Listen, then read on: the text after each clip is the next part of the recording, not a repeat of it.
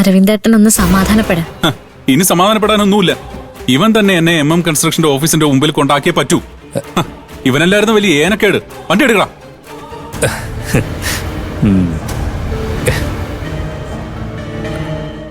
ഞാനങ്ങനെ പറഞ്ഞു പോയിട്ടുള്ള ശിക്ഷയായിട്ടൊന്നും ഞാൻ കാണുന്നില്ല. ആദ്യമേ തന്നെ എന്നെ അവിടെ ആക്കി താടാ എന്ന് പറഞ്ഞിരുന്നെങ്കിൽ ഞാനത് ചെയ്തേനെ. ചേട്ടൻ വന്ന് കയറും, ഞാൻ ആക്കി തരാം.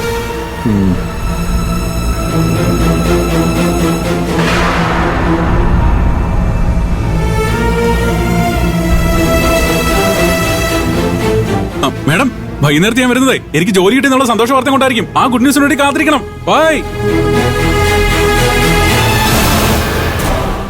ആ ഗുഡ് ന്യൂസിന് ഇന്ന് ഞാൻ ബാഡ് ന്യൂസ് ആക്കി തരാം.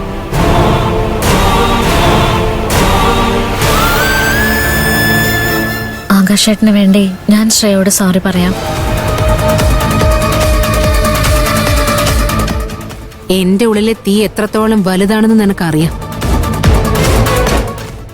ആയിരപ്പറ വീടിന്റെ ഒരു മൂലയിൽ നിന്നും കത്തിച്ചു തുടങ്ങാ ഞാൻ. അതണച്ചു കളഞ്ഞ് എന്നും ഈ കുടുംബത്തെ സമാധാനം ഉണ്ടാക്കി കളയാമെന്ന് എന്തെങ്കിലും വ്യാമോഹം നിനക്കുണ്ടെങ്കിൽ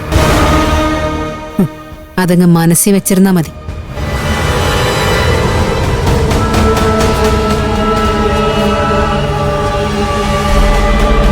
ഇനി അധികകാലം എടുക്കലടി. ആയിരപ്പറ വീട് നിന്ന് കത്തും. കത്തി അമരും.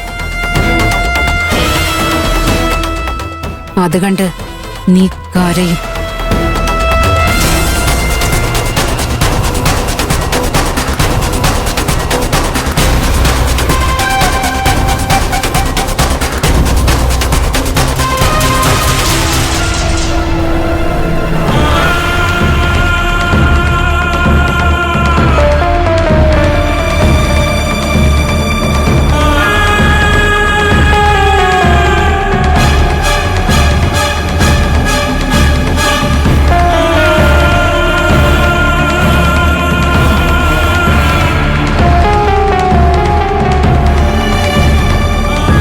അരവിന്ദനെന്ന് ജോലി കിട്ടില്ലെന്ന കാര്യം എനിക്ക് ഉറപ്പായിരുന്നു.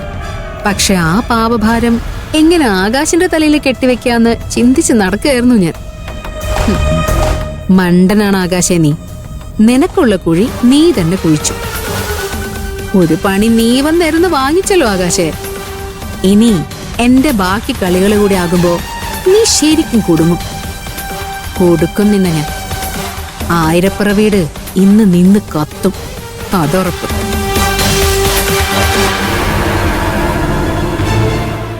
അങ്കിളുടെ ഭാഗ്യമില്ലാതായിപ്പോയി. അഞ്ജന ഉണ്ടാക്കിയ നല്ല ഒന്നാം തരം തേങ്ങാ ചട്നി ഉണ്ടായിരുന്നു. ആരുണ്ടാക്കിയെന്നാ പറഞ്ഞേ? ഇവളോ? ഇവൾ അടുക്കള കയറിയോ? ആ ദേ, എന്നെ ഇൻസൾട്ട് ചെയ്യല്ലേ അമ്മ. ഞാൻ വീട്ടിൽ വെച്ച് അടുക്കള കയറാറില്ലേ? മോളെ, ഇവള് നിന്നെ വെറുതെ കുറ്റം പറയുന്നതാ. ഫ്രിഡ്ജിൽ നിന്ന് തണുത്ത വെള്ളം എടുത്ത് കുടിക്കാനൊക്കെ എന്റെ മോള് അടുക്കള കയറാറുണ്ട്. അച്ഛാ, അമ്മയുടെ പക്ഷം ചേരില്ലേ? ദേ, ഞാൻ വെറുതെ പറഞ്ഞൊന്നുമല്ല. നല്ല അസല് തേങ്ങാ ചമ്മന്തി ഉണ്ടാക്കിയിരുന്നു അഞ്ജന. എന്നിട്ട് എന്തിനാ അത് പൂഴ്ത്തി വെച്ചിരിക്കുന്നത്? എടുത്തോണ്ട് വാ മോളെ, അതിന്റെ ടേസ്റ്റ് കൂടെ നോക്കട്ടെ. അത് ബാലമാമേ, ചട്നി കഴിച്ച കിരണ്ട തന്നെ കണ്ണു പെട്ടതാന്ന് തോന്നുന്നു. അവന്റെ തന്നെ കൈതട്ടി ആ പാത്രം നിലത്ത് വീണ് ചട്നി മുഴുവൻ പോയി. അതെന്തായാലും നന്നായി. അത് കഴിക്കേണ്ടി വന്നില്ലല്ലോ. കൂടുതലൊന്നും കളിയാക്കണ്ട. ദേ, ഈ നിൽക്കുന്ന ചാരു ചേച്ചിയാ എന്നെ തേങ്ങാ ചട്നി ഉണ്ടാക്കാൻ പഠിപ്പിച്ചേ. ഞാൻ നല്ല അസലായിട്ട് ഉണ്ടാക്കുകയും ചെയ്തു.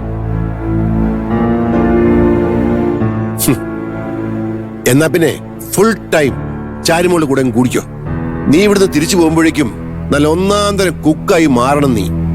പിന്നെ ഭക്ഷണത്തിന്റെ പേരിൽ കിരൺ വഴക്കുണ്ടാക്കില്ലല്ലോ.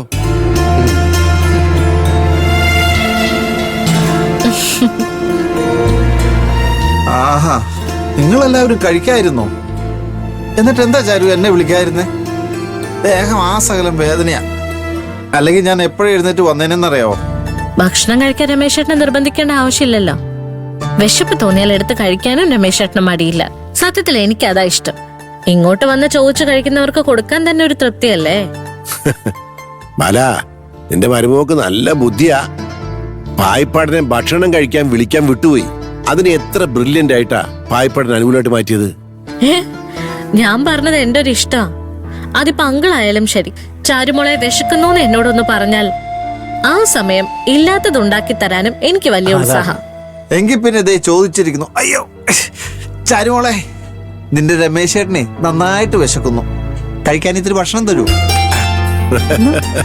അവന് വിളമ്പിക്കൊടു. ഇരുന്നോ? രണ്ടെണ്ണം. ഈ രമേശ്വരനെ വിശ്വസിച്ച് കൂടെ നിർത്തിയത് അബദ്ധമായെന്നാ എനിക്ക് തോന്നുന്നത്. അടുക്കളയിൽ നിന്ന് ചാരു ഉണ്ടാക്കുന്ന കറികളുടെ മണം അടിച്ചാ മതി, അങ്ങേര് മറുകണ്ഠം ചാടും. പറഞ്ഞിട്ട് കാര്യമില്ല മോളെ, പക്ഷെ അപകടം ചെയ്യില്ല. ഒത്തതിനൊത്ത് നിൽക്കുമെന്നുള്ള ഒറ്റ കുഴപ്പം മാത്രമേ ഉള്ളൂ.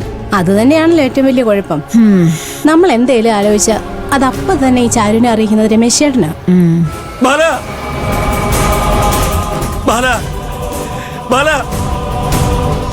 എല്ലാം പോയടാ ബാല. എന്താ എന്താ പ്രശ്നം? ഇവിടെ അവനോട് വന്നില്ലേ? ഇവിടെ ഉണ്ടെന്നാണല്ലോ പറഞ്ഞത്. ഒന്ന് പറ ബാല. അച്ഛനൊക്കെ കാപ്പി കുടിക്കുക. എന്താ ഗോവിന്ദമ്മ, എന്താ കാര്യം? പോയി പോളെ, എല്ലാം പോയി. ബാല ബാല വാമേ. ബാല ബാല. അയ്യോ ബാല. എന്താ ഗോവിന്ദ?